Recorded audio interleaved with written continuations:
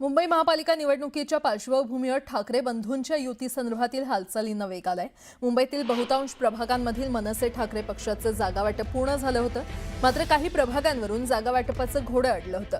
मातोश्रीवर उद्धव ठाकरे यांच्या उपस्थितीत पार पडलेल्या बैठकीत शिवडी आणि दादर विधानसभा मतदारसंघातील जागांवर तोडगा निघाल्याची माहिती आहे।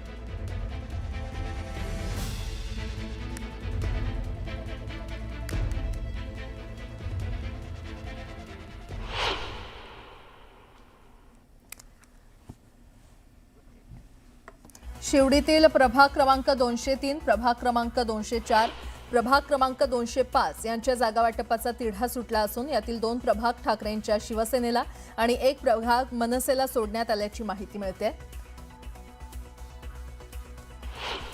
तर दादरमधील प्रभाग क्रमांक 192 शिवसेना ठाकरे पक्षासाठी तर प्रभाग क्रमांक 194 मनसेसाठी सोडण्यात आल्याची माहिती मिळते। या बैठकीसाठी मातोश्रीवर मनसेचे बाळा नांदगावकर, नितीन सरदेसाई यांच्यासह ठाकरे पक्षाचे सुधीर साळवी आणि खासदार अनिल देसाई उपस्थित होते।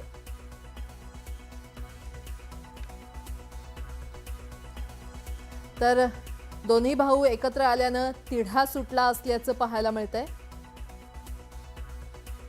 सध्या कुठल्या जागांवर पेच आहे आणि कुठल्या जागांवर तिढा सुटलाय ते देखील आपण ग्राफिक्सच्या माध्यमातून पाहूयात। वरळीमध्ये पेच सुटलेला आहे, दादर इथला देखील पेच सुटलाय, तर शिवडीतला देखील पेच सुटलेला आहे। भांडूपमध्ये देखील कोणतीच अडचण न येता पेच सुटलाय।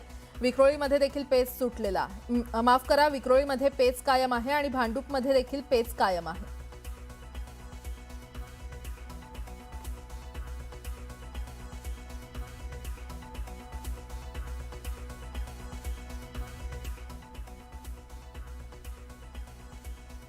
एकीकडे ठाकरेंची सेना आणि मनसे युतीच्या चर्चा होत असताना दुसरीकडे संजय राऊतांनी महाविकास आघाडी टिकावी म्हणून थेट काँग्रेस हायकमांडशी बोलणी सुरू केली आहे। काँग्रेसनं मुंबईत एकला चलो रेचा नारा दिला असला तरी राऊतांनी राहुल गांधींसोबत फोनवरून चर्चा केली आहे। त्यातच काँग्रेस मात्र आघाडीसाठी वंचितला सोबत घेण्याची चाल खेळतोय। पालिका निवडणुकीच्या पार्श्वभूमीवर काँग्रेसनं प्रकाश आंबेडकरांच्या वंचितशी आघाडी करण्याबाबत हालचाली तीव्र केल्या आहेत। नुकतंच मुंबई काँग्रेसच्या एका शिष्टमंडळानं आंबेडकरांची भेट घेऊन यासंदर्भात सकारात्मक चर्चा केल्याची माहिती सूत्रांनी दिली आहे। त्यामुळे आता काँग्रेस ठाकरेंसोबत जाणार की वंचित सोबत हात मिळवणी करणार हे पाहणं महत्त्वाचं ठरणार आहे।